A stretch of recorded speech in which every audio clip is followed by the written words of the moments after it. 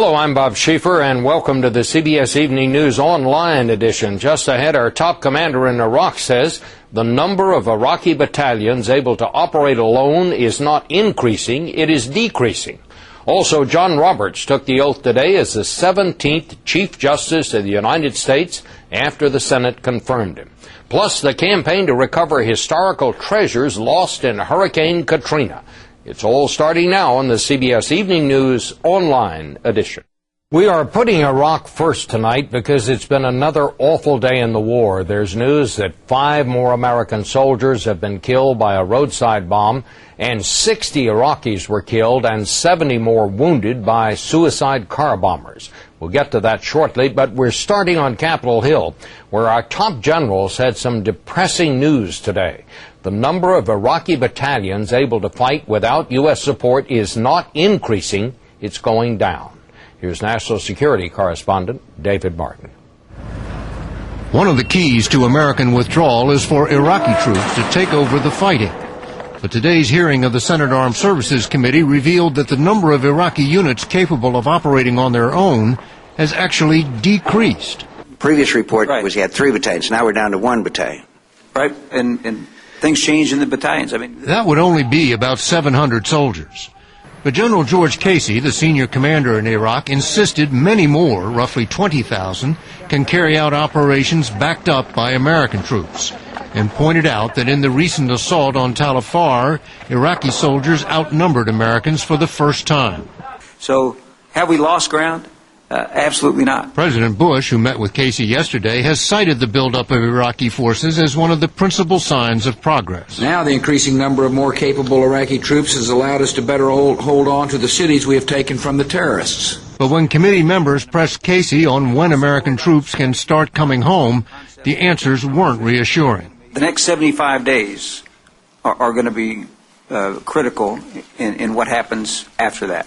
2 months ago, he sounded much more confident. I do believe we'll still be able to take some fairly substantial reductions after these elections in the spring and summer next year. Today, despite repeated attempts to pin him down, Casey remained vague on when and how many troops might come home. Are you planning on troop withdrawals for next year? I just said that, Senator. Yes. Yes or no? Yes, Senator. I do believe that the possibility for condition-based reductions of coalition forces it still exists in 2006. Bob, Casey pointed out that the average insurgency lasts for 9 years, and he said there's no reason to believe the insurgency in Iraq will take any less time to deal with. All right, thank you very much, David. Now, today's other big story is expected. John G. Roberts was sworn in as the new Chief Justice after being confirmed by the Senate by a huge margin, 78-22. And who better to tell us about that than our own John Roberts? It is one of the most important appointments a president can make, and today President Bush stood by his man, sworn in as the 17th Chief Justice of the United States. So help me God. So help me God.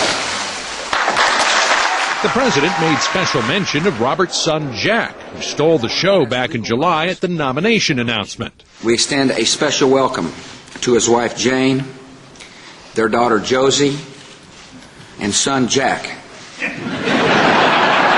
A fellow who's comfortable with the cameras.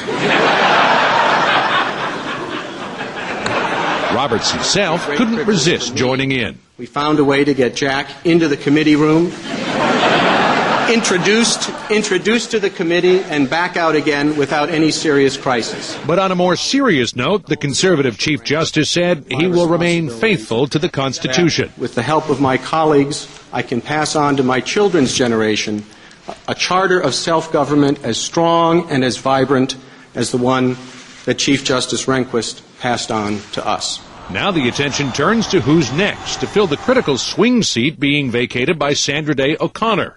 Consultants to the White House say, don't expect another O'Connor. I think at the end of the day, we're going to see a conservative appointed to the court for the seat of Justice O'Connor. And that is going to shift the balance in the Supreme Court. But that's the prerogative of the president. And it's the prerogative of the Democrats, who see this nomination as even more important than Chief Justice, to fight that notion. This is a time when America is divided.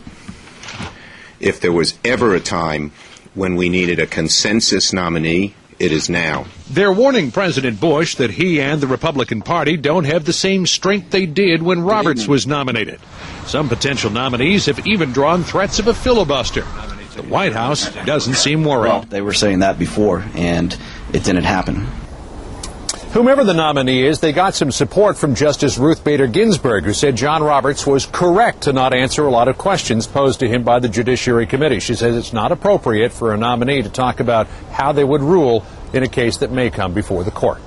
Bob? Thank you very much, John. And finally tonight, Hurricane Katrina took hundreds of lives and caused billions of dollars in damage. But as people have come back to the coast, they've discovered the hurricane also took with it a lot of history. Jim Acosta reports. In the mountains of debris piling up in Mississippi are some of this state's greatest treasures, literally consigned to the ash heap of history. All along the Gulf Coast, mansion after glorious mansion lies in ruins. Like this home, which predates the Civil War. All that's left is the palm tree. Another antebellum gem sits beneath the casino barge. The storm was truly a monster. It just ripped off the front porch and just scattered it.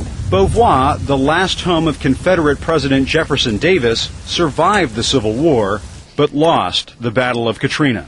Just literally my mouth was just hanging open because I just couldn't believe it. The museum's director, Patrick Hotard, spends his days digging through the rubble, salvaging artifacts like this Confederate bullet or mini ball.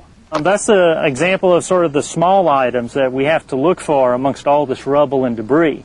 It's extremely trying on the soul. Beauvoir's rebel uniforms and rifles are drying out inside a climate-controlled facility.